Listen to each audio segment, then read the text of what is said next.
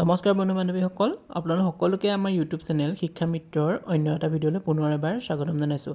আজি ভিডিঅ'টো বহুত বেছি এটা ইম্পৰ্টেণ্ট টপিকৰ ওপৰত আলোচনা কৰিব ওলাইছোঁ, কিয়নো ইতিমধ্যে এখন নটিচ ওলাইছে যে যিসকল শিক্ষাৰ্থীয়ে বা হায়াৰ ছেকেণ্ডেৰী ফাৰ্ষ্ট ইয়েৰৰ এক্সাম দিব তেওঁলোকৰ কাৰণে এখন নটিফিকেশ্যন ওলাইছে যে পাছিং পাৰ্চেণ্টেজটো বঢ়াই দিয়া হৈছে। গতিকে এই ভিডিঅ'টো সবিশেষ আলোচনা কৰিম, গতিকে ভিডিঅ'টো স্কিপ নকৰাকৈ শেষলৈকে চাই যাব। আৰু যিসকল আপোনালোকৰ বন্ধু বান্ধৱী বা ভাইটি ভণ্টিসকলে হায়াৰ ছেকেণ্ডেৰী ফাৰ্ষ্ট ইয়েৰৰ এক্সাম দিব এইবাৰ তেওঁলোকৰ সৈতেও ভিডিঅ'টো শ্বেয়াৰ কৰি দিব, যাতে পৰীক্ষাৰ আগতে তেওঁলোকেও এইখিনি কথা জানি লওক। কিয়নো যিহেতু পাছ পাৰ্চেণ্টেজটো বঢ়াই দিছে, গতিকে কিছুমানে ধৰক প্ৰিপেৰেশ্যন ইমান ভালদৰে কৰা নাই, কিয়নো হায়াৰ ছেকেণ্ডেৰী ফাৰ্ষ্ট ইয়েৰটো বহুত লাইটলি লয়। গতিকে সেইসকলৰ লগত ভিডিঅ'টো শ্বেয়াৰ কৰি দিয়ক, যাতে পৰীক্ষা আগত তেওঁলোকে ভালদৰে চাই পেলাই নিজৰ প্ৰিপেৰেশ্যনখিনি কৰি ল'ব পাৰে। গতিকে আহকচোন চাওঁ এই নটিচখননো কি উল্লেখ কৰা হৈছে। স্কুল এডুকেশ্যন বৰ্ডৰ ফালৰ পৰা 2 মাৰ্চ 2026 তাৰিখে নটিফিকেশ্যনখন আহিছে। ইয়াতে কৈছে যে it is hereby notified to all concerned that the pass percentage criteria for the ACS first year examination 2026 has been revised. As per the new academic guidelines, the minimum pass percentage has been increased from 30% to 33% with immediate effect. The pass marks will be kept as follows.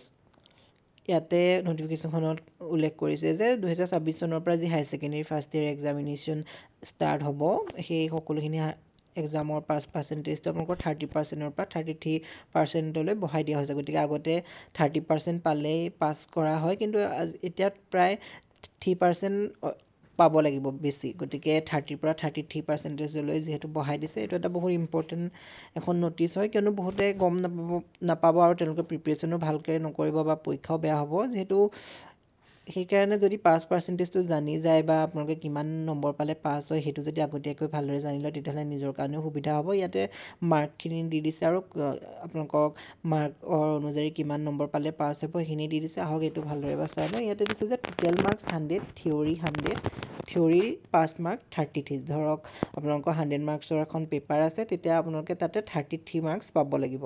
আৰু লগতে দিছে যে total marks 100, theory 70 আৰু theory পাছ mark 23। ধৰক আপোনালোকৰ পেপাৰখনত theory marks আছিলে 70, এতিয়া ছায়েন্সৰ ছাবজেক্টখিনিত প্ৰায় 70 থিয়ৰী মাৰ্কছ থকা দেখা যায়। সেইখিনি আগতে 21 পালেই পাছ হয়, কিন্তু এতিয়াৰ পৰা আপোনালোকে 23 মাৰ্কছ পালেহে পাছ হ'ব।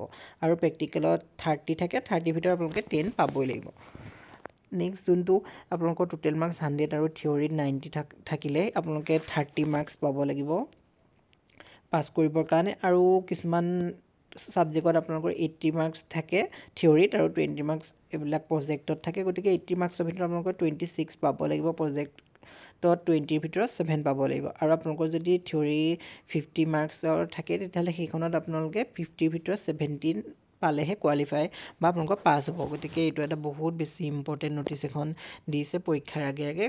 গতিকে আপোনালোকে ভালদৰে এইটোৰ ওপৰত চাই যাব আৰু ভালকৈ প্ৰিপেৰেশ্যন কৰি যাওক, কিয়নো হায়াৰ ছেকেণ্ডেৰী ফাৰ্ষ্ট ইয়েৰ বুলি ক'লে বহুত বেছি গভীৰভাৱে ল'ৰা ছোৱালীবিলাকে প্ৰিপেৰেশ্যন কৰা বা ভালদৰে ইমান পঢ়া দেখা নাযায়। যদিও কিছুমানে বাৰু পঢ়ে, কিন্তু এনেকুৱা আমাৰ এনেকুৱা এটা চলি থাকে যে হায়াৰ ছেকেণ্ডেৰী ফাৰ্ষ্ট ইয়েৰটো ইমান বেছি গুৰুত্ব নহয় বা ইমান বেছি প্ৰয়োজন নাই, কিন্তু প্ৰয়োজন আছে। গতিকে আপোনালোকে ভালদৰে প্ৰিপেৰেশ্যন কৰক, ভালদৰে পঢ়ি পেলাই হায়াৰ ছেকেণ্ডেৰী ফাৰ্ষ্ট ইয়েৰ এক্সামটো দিয়ক। যিহেতু এতিয়া পাছ পাৰ্চেণ্টেজটো 30ৰ পৰা 33 কৰি দিছে।